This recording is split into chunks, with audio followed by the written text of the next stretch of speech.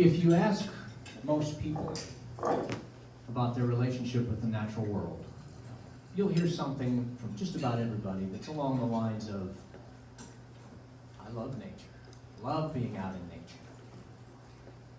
And yet, if you look in their yard space, you will find that what we do as a civilization is we completely eradicate everything that was growing there. And we put in all of these foreign alien plants that don't support any life. We poison the ground, herbicides and pesticides and all these kinds of things. This is the fatal dichotomy. That is not a loving relationship with the natural world. We are undergoing a mass extinction on this planet.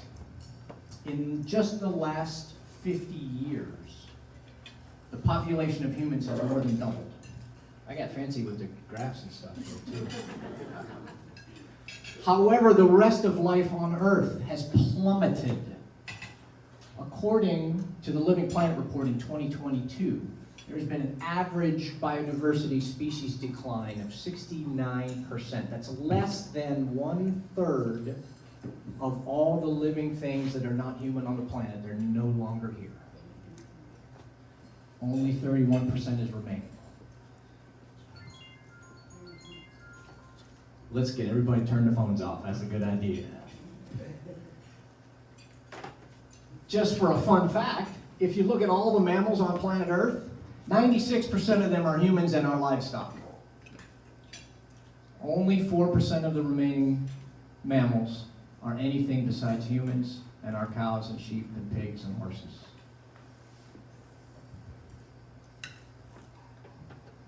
Why is this mass extinction happening?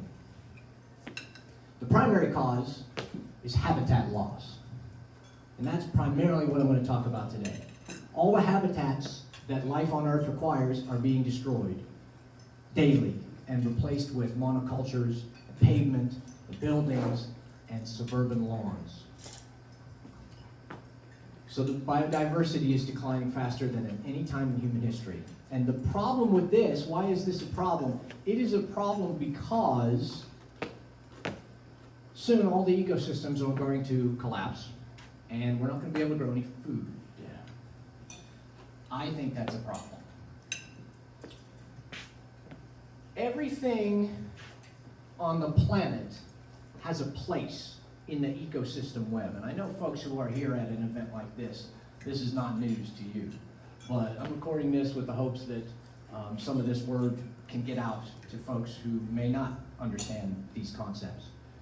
So every creature, every critter, every little microbe has a place and a function, usually multiple functions, in the web of life on Earth.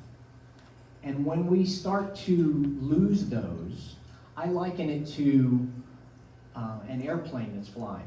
And every species that dies or is no longer able to perform its job, it's like a rivet pops off. And, you know, if it's a seat, you've got a few screws in there. Maybe if one goes, the seat will still work. But eventually, when enough rivets fall off that plane, it's going to crash. And that is where we are headed.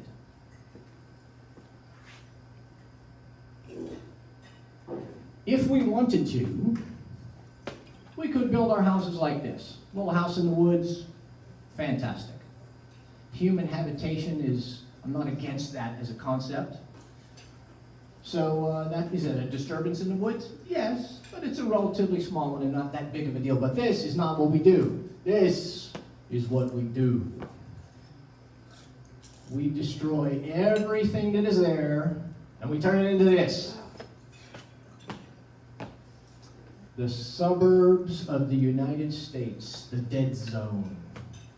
We destroy every single living thing that is in an area, and afterwards we install these alien, ecologically useless, dead lawns and landscape plants. And as you know, these non-native plants do not support any life in the web. So all non-human life has to live somewhere else. And the problem with that, ladies and gentlemen, there is no longer somewhere else.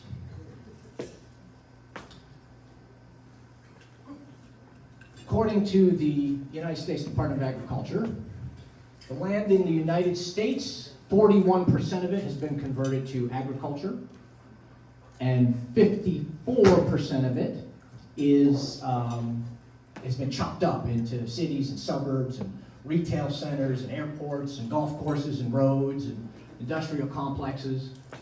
So who's good at math?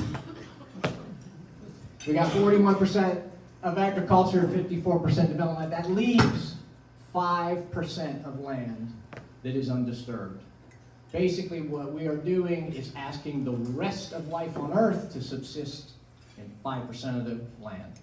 And that can't happen. It's just not going to happen. The reason this is happening is there is this fatal assumption that humans and other creatures cannot live in the same space. Classic all or nothing thinking. Us or them. I have great news. I don't want to be all gloom and doom. The great news is this assumption, the fatal assumption, is completely wrong. All we have to do to reverse this extinction is one, reintroduce the missing plants. Number two, stop poisoning everything. That's it. Life will take care of the rest. So it's a simple concept, and the challenge for us is to make that happen. I think the people in this room are all on board with making this happen. We have the rest of society to deal with. So I want to talk about some ways that we can do that. We are the people who have to do this. Cultural change, policy changes, the wheels of all of that stuff turn so slowly that there just isn't time. We don't have 200 years to wait for Congress to start to change how we go about things. We just don't have the time. So our only hope to reverse this mass extinction trend is to start changing what we, the landowners and homeowners, do with our own space in our own privately owned yards. According to the U.S. Department of Agriculture, there are over 20 million acres of suburban lawn in the U.S. This is an ecological wasteland that we have given a nice name to. 20 million acres, just to give you an idea of what that is on a scale, I actually did some math on this. 20 million acres is bigger than the Everglades, Yosemite, Canyonlands, Olympic National Park, Yellowstone, Denali, the Grand Canyon, and the Great Smoky Mountains National Park combined. It's an enormous amount of land that we have turned into nothingness, dead space. So let's talk about what we, you, all of us, can do specifically in your own yard space that can make a big difference. Some easy do's and don'ts. Number one, and this is really important, plant native plants. It is the native plants that have the relationship with all the other creatures as far as being able to feed them, host them, they can nest in them, they lay their eggs on them. There are relationships that have been built over millions of years between plants and other creatures in an area. And when you remove those native plants and put a different plant in there, it doesn't work. It's trying to put the rivet in the plane that is the wrong size. It doesn't work.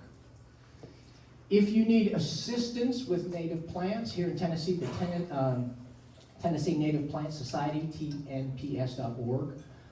There's a national organization in the United States called Wild Ones that I belong to. There's about 100 chapters around the U.S., and they are focused on planting native things.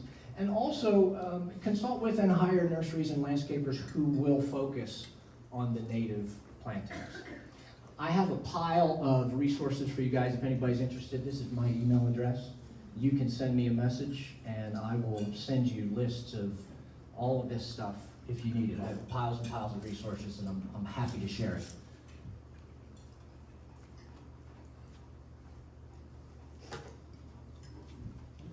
The next step, in addition to planting the native plants, is to remove the non-native plants. And you have to learn what you're doing. I got a couple resources for you guys here. The Invasive Plant Council here in Tennessee, TNIPC.org, has a big list. A national list is invasive.org. This is a wonderful resource from the U.S. Department of Agriculture, the invasive plants in southern forests. You can get a free PDF if you do a Google search for it. You can also buy a paperback if you want to, but the PDF is free. And it's a marvelous identification for all the different non-native plants and invasive species that are found around this area commonly. So pick up a copy of that. And while we're talking about invasive species, I want to talk about firewood. You probably know that right now we are being assaulted by the emerald ash borer and the spotted lanternfly, and there are a lot of invasive insects. And moving firewood around is one of the best ways to spread invasive species. So if you buy firewood, if you don't cut your own, if you buy firewood, make sure you buy it from somebody who has harvested it just in the very close area, like a mile or two. It kind of blows my mind when you'll see people who are buying firewood from counties away, and all you're doing is just spreading these invasive species when you do that. If that wood is not heat treated, you're just passing around accelerating the loss from the invasive species. So please, buy it where you burn it. The third thing that we can do in our own yard space, as I mentioned earlier, stop poisoning everything. All of the chemicals that end in sides, herbicide, pesticide, insecticide. If you are spraying for mosquitoes, you are killing everything. And then after it kills everything, then it gets in the waterways, because I want to remind you that everything you put on your lawn ends up in the water. So after the sides are all done killing all the insects, then it goes and kills all the aquatic life.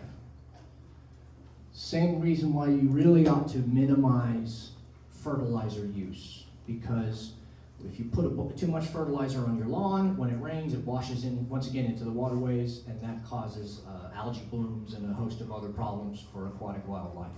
So just keep in mind, what you put on your grass ends up in the water. So replacing the plants, not doing this, stop poisoning everything. Those are the two takeaways. If you remember anything from what I'm talking too much about today, those are the two things. This is one of my personal pet peeves, and I just got to get up on a soapbox for it. Enough with the leaf blowers already, right? Oh my God. Now, don't get me wrong, occasionally a blower is the right tool for the job. But I'm talking about the other 99% of the time when the lawn crew comes over, they cut your grass real quick, and then they walk around with these damn things for 20 minutes. For what? Like to make sure that there's not a speck of dust or a grass clipping on your sidewalk for 10 minutes until the wind blows again? These machines are as loud as airplane engines, and they emit tons and tons of pollution. I forget the exact specifics, but like running a gasoline leaf blower like this for 20 or 30 minutes is equal to the carbon emissions of like driving a V8 all the way across the country, or something along those lines. They pollute a lot, they're really loud, they're totally useless most of the time. So if you have a lawn crew, just tell them not to do this. It's crazy, it's a crazy waste. Now if your mother-in-law's coming over and you gotta make sure that there's not a speck of grass on the sidewalk for 10 minutes, use an electric one. At least, if you got to use a blower, at least use an electric one. Something else you can do in your own yard space to help is to leave some dead material. Leave some dead leaves, some dead wood. There are lots and lots of critters and species that need dead and decaying material to survive. They nest there in the winter. They eat some of the things. They lay their eggs in it. And so removing every speck of dead material from your yard is taking away all of their food, all their habitat, all their nesting homes, and that kind of stuff. There's a lot of life that we can't see. So leave some. Even little piles here and there is helpful. Brush pile, you know, if you're pulling out some honeysuckle, for example, instead of sending that to the chipper, make a little critter pile for it. Okay, this is a big one. Outdoor lights at night. You may or may not know that leaving the lights on outdoors when it's supposed to be dark disrupts in a major way the migration patterns of birds and insects. It's a huge problem. It kills and distracts insects. We've all seen a moth flying around the light, right? Well, instead of eating, it's just good. It just does that until it dies. Instead of breeding or feeding and reproducing, these insects are being distracted by all the lights. And it interferes, outside lights also interfere with the nocturnal hunting habits, you know, owls and fox and all the nocturnal hunters. So dark should be dark. Now, landscape lighting. Where's my cool little pointer here? Yeah. Whose idea was it to do this? I mean, I'm going to shine a light up on my crepe myrtle bark all night. Everyone can see it. How did this become a thing? I don't understand. Somebody help me out here. So, like, don't do this, is my point. This house is lit up like the Taj Mahal, and their landscape lighting is all pointed up and out. There's no direction to it at all, so that's the worst of both worlds right there. This is real popular too, shining lights up on the side of your house. Because apparently, my bricks are so magnificent, they must be viewed throughout the land. Yeah, so I just don't know. I don't know where this comes from, but don't. If you have to have some outdoor lighting, use motion sensors. They are inexpensive, very easy to install. They even make light bulbs that have motion detectors built in them. So all you have to do literally is change the bulb out. So this way, if it's dark, when your loved ones come home, the light comes on, they come in the house, the light goes off. No more lights on all night. If you got a burglar creeping around, as soon as he moves, then the lights come on. So please, motion sensors. Oh, if you want to get fancy, the newer research is showing that yellow lighting is less harmful to the insect life than the bright white lighting. So if you get a yellow cast bulb, even better. Get bonus points for that. Okay, I couldn't believe these statistics when I learned them. I had to look them up many times, but outdoor cats are responsible for killing in the US and Canada alone between 3 and 4 billion birds every year. That's billion with a B. Keep your cats inside, please.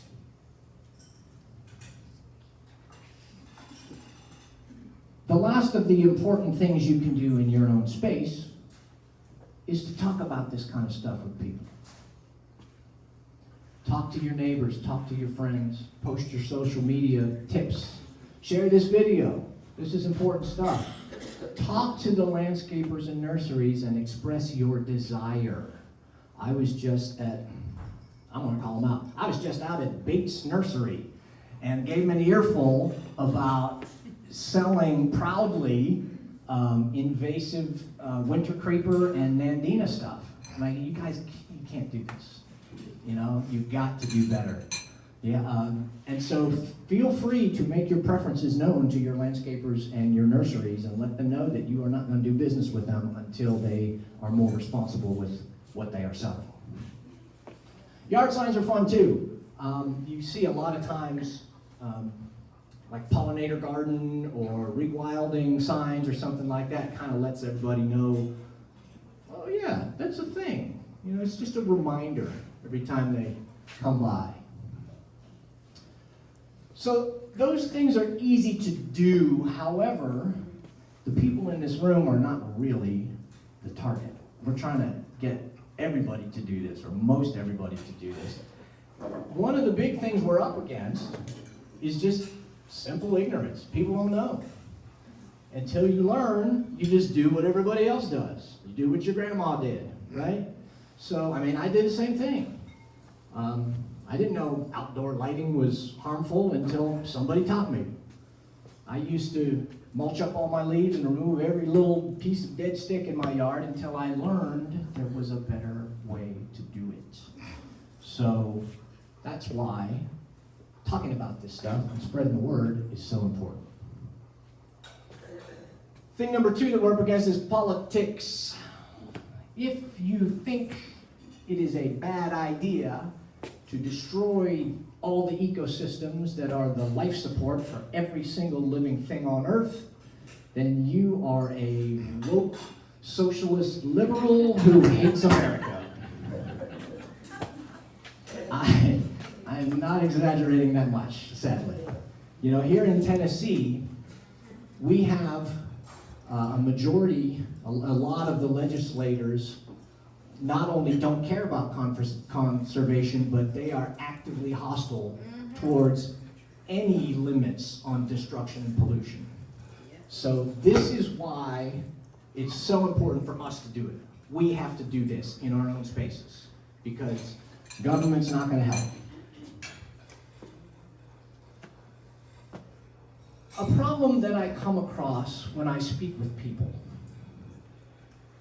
and this isn't their fault, it's the disconnection between the human life in modern society and the rest of the natural world. Your average person is completely disconnected from the systems that sustain their life.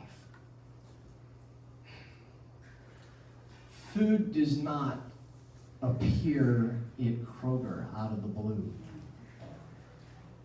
Water is not something that you just blink and turn your faucet on and it shows up. Soil is not magically made in dump trucks. So it is very easy for all of us in modern society to never give a second thought to anything that isn't cell phones and television. So that disconnection is a problem. What we can do about it is to help people experience a little bit of the natural world. Bring people over to show them your pollinator garden. Host a bird count or a butterfly count in your backyard, with your neighbors. Take your neighbors on a hike. Show them, put them on a hiking trail. Point this out. Explain how this works. Any little thing that starts to connect people in their busy modern lives to something that is not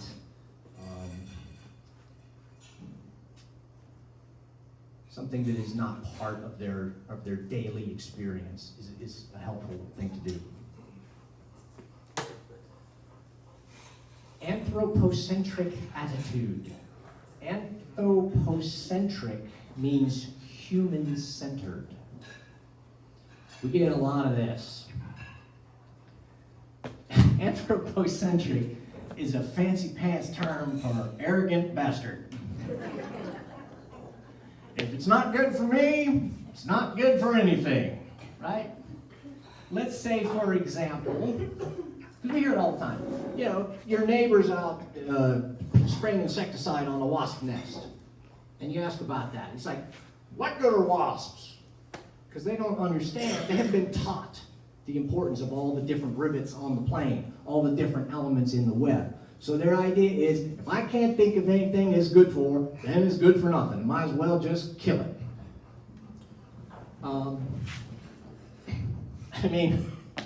Not to be a jerk about it, they're like, what good are you, Tom? Everything on the planet has its place in the ecosystem, and I'm kind of hard-pressed to find the human's place these days. Think about it, maybe we host some bacteria that won't live on anything else, but other than that, it's just a short list. So something something else to think about, I suppose. Well, we have reached the last, most fearsome, deadly obstacle of all. The HOA.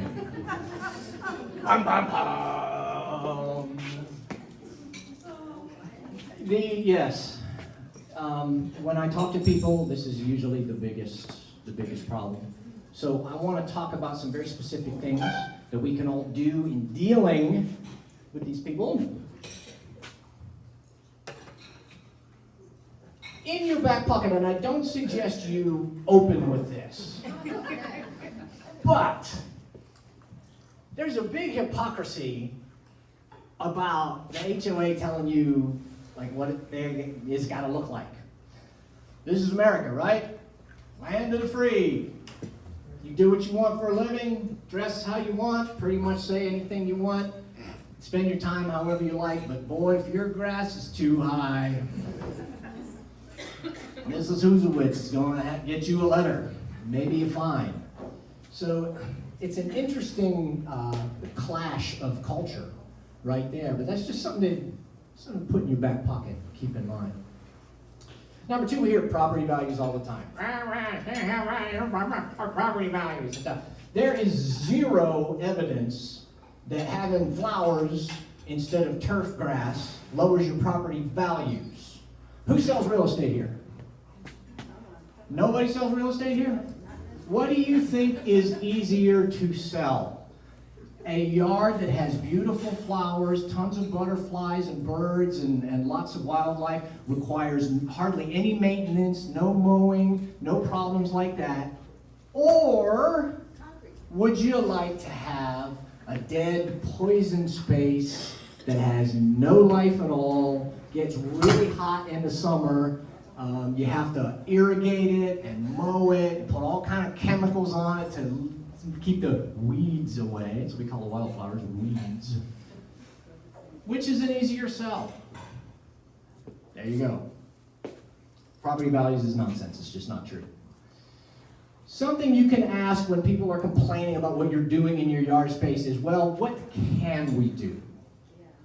Instead of telling them that they're wrong, even if they are, just, start the conversation. Well, what can we do? Surely we can plant something.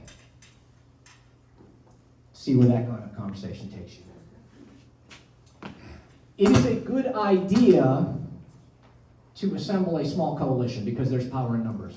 One person who is acting up and speaking out is a pain in the ass or a weirdo. But several people is a movement. So get some friends. Go to the HOA meetings as a group. I also want to talk about word choice. This is a cultural thing. We're all brought up in the English language. When we talk about our yard space, we learn words like, oh, our lawns are supposed to be neat and orderly and pristine and manicured. But really what that means is it's a wasteland. It is poisoned, it is dead and lifeless. You can start to use these words because they're more truthful, and just recognize how often you hear this kind of stuff as a good thing. Yeah, I just mentioned the weed and wildflowers thing. Yeah. So the nurseries have done a beautiful job in marketing the alien and foreign plants that support no life. Hey, can I sell you a useless foreign alien plant that doesn't do anything? Needs lots of maintenance too. No thanks. How about an exotic plant? Ooh, yeah, I want an exotic plant. I want that in my yard. And here's one of my personal favorites, land development. It's not developing anything, it is destruction. It is land destroying. So, careful what words you use. When you are talking with people who are skeptical about doing something other than the cover of Architectural Digest, start by talking about things that people think are pretty and cute. That's a way to get your foot in the door. My neighbor's fog their, Mosquito Joe their space. I remind them, when you do that, you're spraying for mosquitoes, but you're killing all the insects. And if you say killing all the insects, you're going to be met with something like, oh good, I hate bugs. But it's not funny, it's true though, right? If you say, instead of killing all the insects, you say, you're killing all the butterflies and the birds, and they'd be like, oh, I don't want to do that. That's so sad. So a little psychology. And eventually maybe they will learn that killing all the insects is a bad idea. But until they learn that, talk about the cute things. To learn more about this, there are a couple books that I can recommend to you. There's a fellow named Doug Tallamy who writes, he has several New York Times best-selling books about just this very kind of thing. He writes very well. The books are great. So if you are interested in reading about some of the things that I have talked about today, this is a great book to start with. It's called Nature's Best Hope by Doug Tallamy. If you like to plant native plants, Margie Hunter, local naturalist genius here in Tennessee, has a book called Gardening with the Native Plants of Tennessee. It's fantastic. It tells you all about the different kinds of native plants, teaches you lots of things about them, how they grow best, and all of this. So if you want to do native gardening, that's your number one book right here.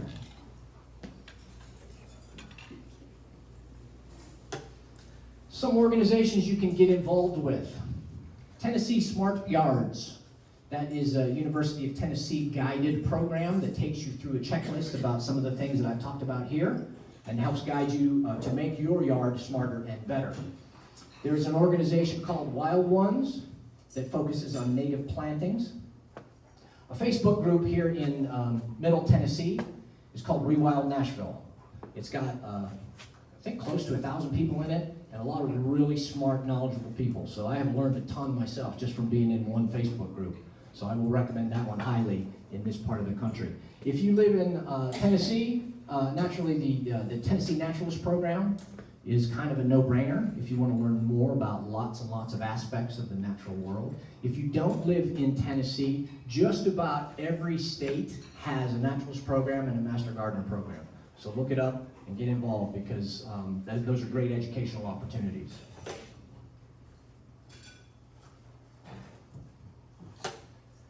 So my closing thoughts for you today are just to recap the 2 or 3 most important things for you to do. If you remember nothing else, remember these. Number 1, plant native plants. Those are the rivets, the engine that keeps the plane flying. Number 2, stop poisoning everything. Not helping. And number 3, spread the word. Talk to your neighbors. Get involved. Share this video. Do what you can do to start educating people about how important this is. Because we can do better. We have to do better. I wrote a few thoughts that I would like to read to you in closing. If I may be so bold as to quote one of the greatest visionaries of modern times, Dr. Martin Luther King Jr. I have a dream that people will return to the old ways of human thinking, where we go back to seeing ourselves as citizens and caretakers of the natural world instead of conquerors and owners. I have a dream that the land will again be recognized as the very source of our existence, instead of something to be exploited and cast aside. I have a dream for a time when people view the outdoors not just as a playground or a hunting ground, but as a truly awe-inspiring, complex, divine creation that needs all of its parts to function. And I have a dream that respect and understanding will replace ignorance, greed, and arrogance, and that our culture can turn from the path of destruction back to the worldview of participation, appreciation, and honor that our home deserves. Thank you very much for listening.